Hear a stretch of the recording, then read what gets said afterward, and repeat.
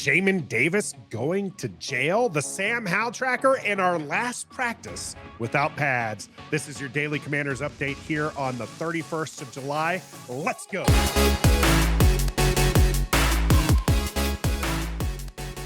Greetings and salutations. Welcome to Ref the District's Daily Commanders Update, where we bring you all the content you need to know for your favorite NFL team. I'm Nathan Barry. That's the Stoner. We're Ref the District. And here for your Daily Commanders Update on the 31st of July, we've got several topics as it is the last practice without pads. Stoner, are you pumped to get those pads on and see some hitting? That's when training camp starts, is when the pads come on, because the intensity is ratcheted up. The hitting starts going on. You start seeing a lot more installation of plays that are not necessarily utilized every day in practice, because you got to see how guys are gonna hit, especially in run plays. So yes, the long-winded answer to your question is yes. I'm super excited for pads to come on tomorrow. Yeah, offensive line, defensive line actually get to make contact. It's going to be a good time. But that's tomorrow's Daily Commanders Update. Yep. Today, the biggest news to come out of Ashburn was actually somebody not at practice today, Stoner, and that was Jamin Davis, who is appealing his decision or the decision that was made on his reckless driving conviction. Yeah. So he was caught for reckless driving, a class 1 misdemeanor in Virginia. It is punishable, by the way, up to 12 months and $2,500 fine. It is. The plea agreement that he agreed to, Jamin had agreed to, was no more than 8 days of active incarceration. However, that proposed deal was rejected by the judge, Judge Stephen E. Sienkiewicz, of the 20th. For judge. Yeah, I'm not going to judge you, Judge, but moving along here for the 20th Judicial Circuit. Now, how big is this in the scheme of things? Or actually, how about this? Let's roll this back a little bit, Stoner. Okay. Because this is something that happened a while back ago. Yeah. And it's kind of been delayed. And some of our some Commanders fans might remember that there was an additional kind of incident that Jamin Davis was involved with, and a similar kind of speeding car one. That one tragically led to the death of a young lady. Kind of fill us in from that moment going forward for Jamin Davis. I think it's also important, Nathan, that just a few days before the DeShazer Everett incident, 3 days before the DeShazer Everett incident, Jamin Davis was cited for going for speeding and reckless driving in Virginia as well in December of 2021. Then you had the incident with DeShazer Everett.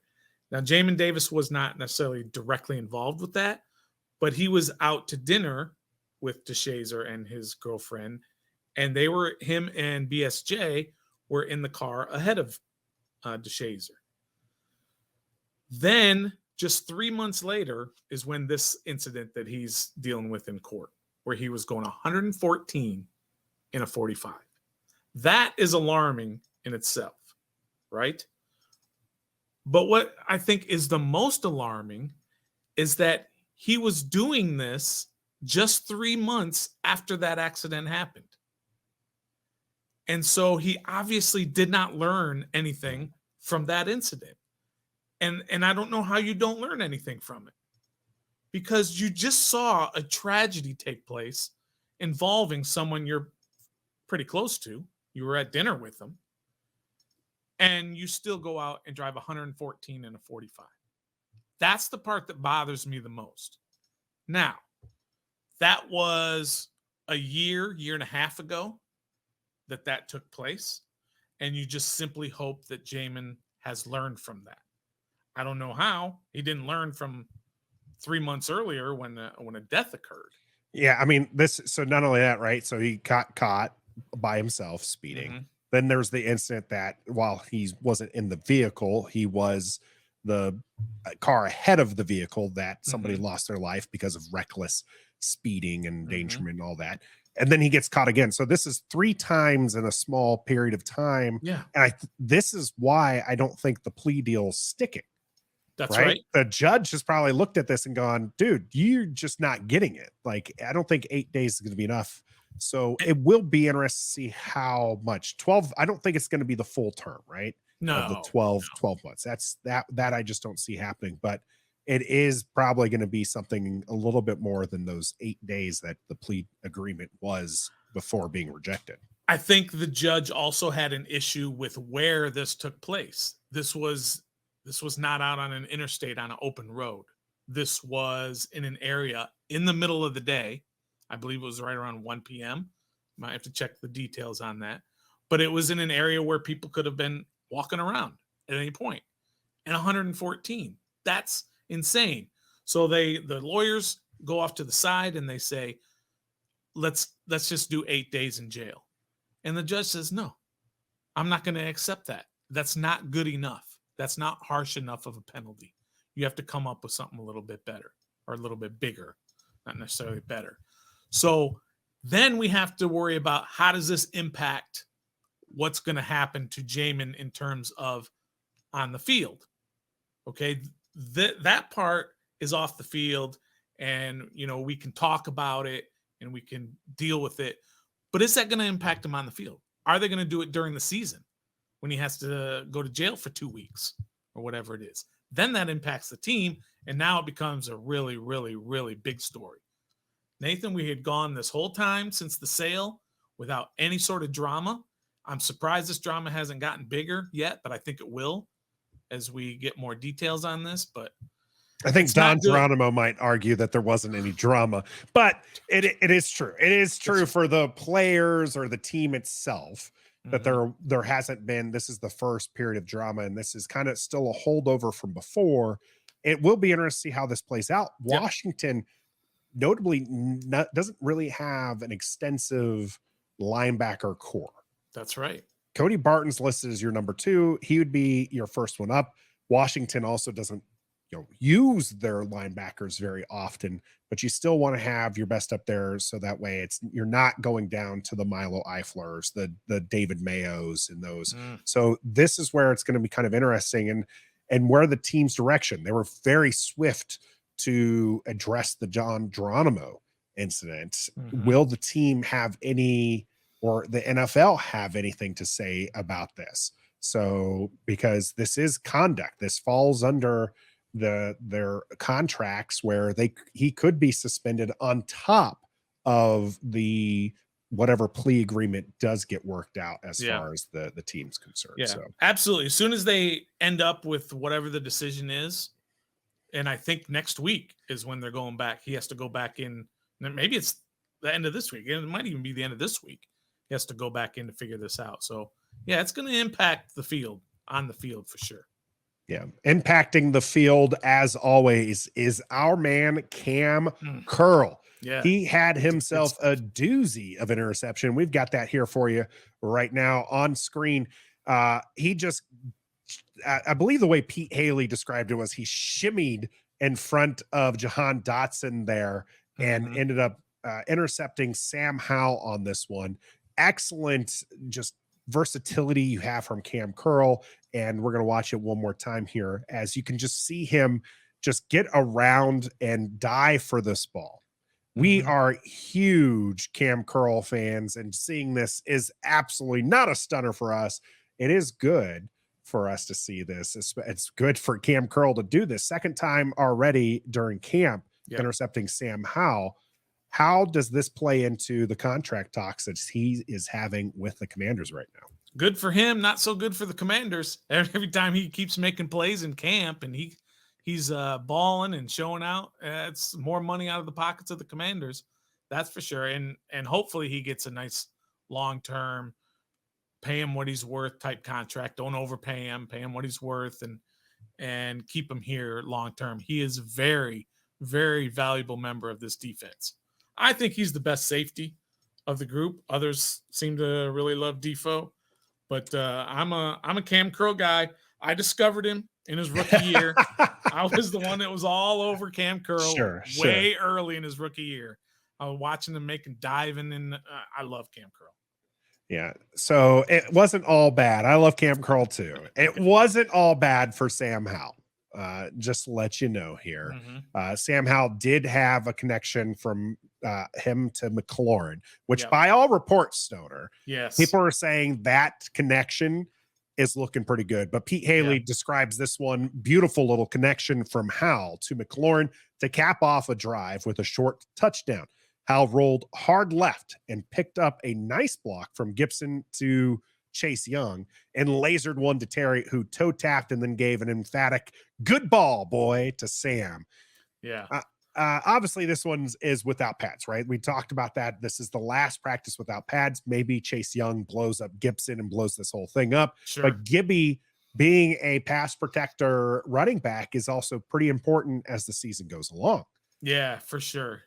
And we talked about this last week on our Daily Commanders update. Is we don't necessarily hear a whole lot about Terry McLaurin, and it's just because Terry McLaurin does what Terry McLaurin does. He's done it his entire career with this organization. He stands out. In his first year when he was a rookie and we didn't really know what he was capable of, we were like, oh my goodness, this guy can play. And I think if you remember, they kind of shut him down early in training camp because they didn't want the world to know what they had. That's how good he was in camp. But all he does is make stellar plays every game, every practice, every day. He just stands out, and I think it just gets boring to talk about him because he is so good and he does make plays all the time. Yeah, makes it easy for Sam Howell. It's the same reason why you don't hear too much from a Justin Jefferson or any Waddle or any of those guys, because you just expect them to be making plays. Who's Waddle? Oh, Jalen Waddle. Yeah.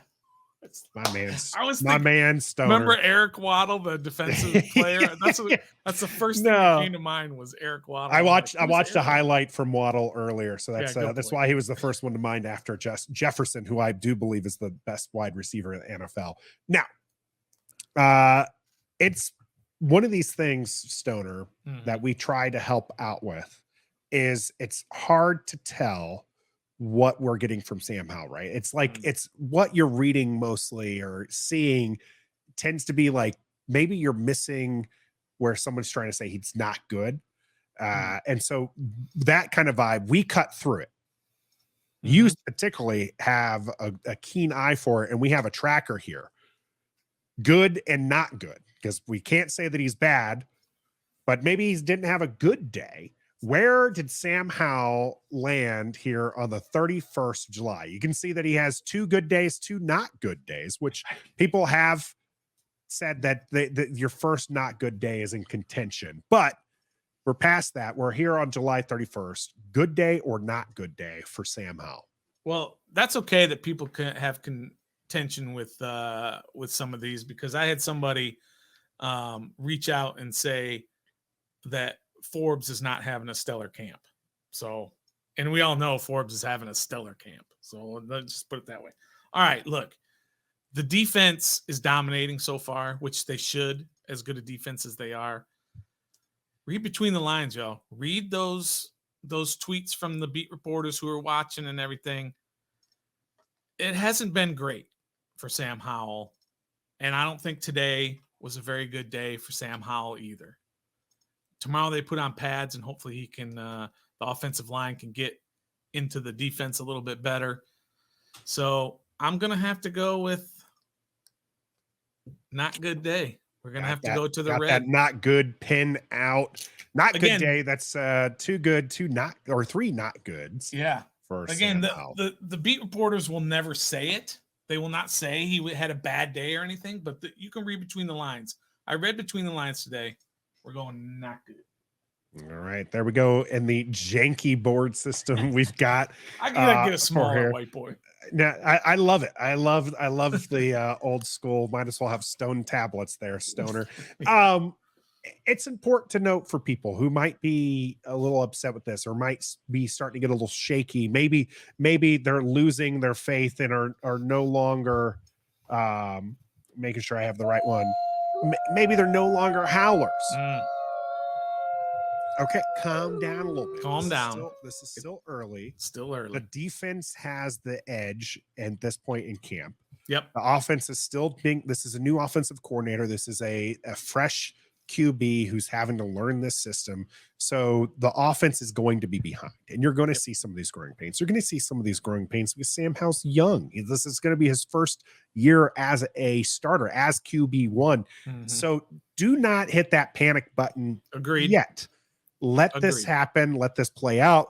We still have a lot of preseason left, and we'll see as things get going how it'll play out. But that's just don't hit that panic button yet. We're Not still yet. believers here. We still need to see more here, but it's still too early to tell.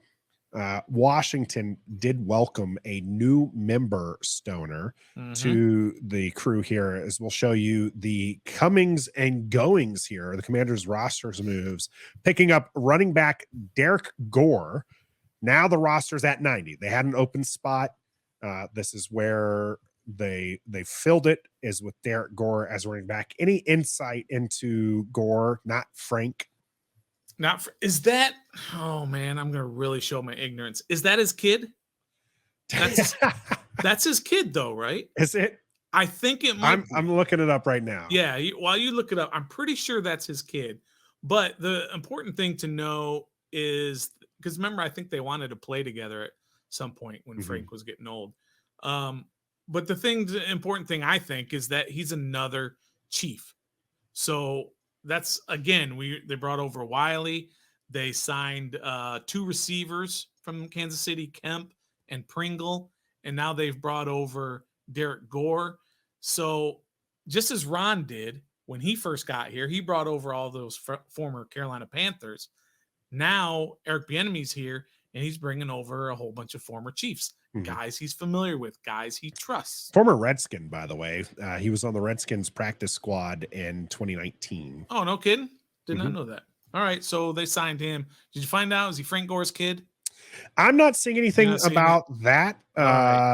So, possibly he's 28 years old, but you know what? Frank Gore Jr. is actually Frank Gore's kid. So I got the wrong Gore. So you're my bad. You're special, Stoner. So special. Yeah. So it's not Gore returning to, not Frank Gore returning back to the Redskins here. It is an EB fullback. So that is an interesting note. We've seen a couple of those make the rosters. Obviously, players like to link themselves to certain coaches because maybe they could make a roster with a coach who's they're familiar with and that they know the game. So, do you anticipate not Frank Gore sticking around on this roster? Derek Gore sticking around on this roster? I mean, not once they cut it to 53. No, absolutely not. Is there any name that he is going to be here, staying here longer than, that might surprise a few of our listeners? Are you trying to get me in trouble with EP? Are you setting I'm me leading up? that way. I'm leading that way. Yeah. I would say he might be here longer than JFP, Jarrett Patterson. Although Jarrett Patterson is, from all accounts, he's had a very good camp. This is his 3rd camp with Washington. He's had good camps. So he's not talentless like some of these end of the roster guys are, relatively speaking. But he's always just going to be right there on the edge, a practice squad guy, last cuts, the guy who might get in at the end of the year when they're shutting guys down. That's where they are. And that's where that's where Derek Gore is as well. All right. Well, that's your comings and goings. We've done the Sam Howell tracker. We're ready for pads here on Ref the District. We hope you are as well. We bring you your daily Commanders update every day, Monday, Tuesday, Thursday, and Friday. Wednesday, we're live. So catch us there and we'll give you your update live. You can interact with us, post questions, and interact with our other viewers. Always a good time on Wednesday. So be sure to be there. I'm Nathan. That's the Stoner. And until next time, save the speed for the field, Jamin. Be a fan.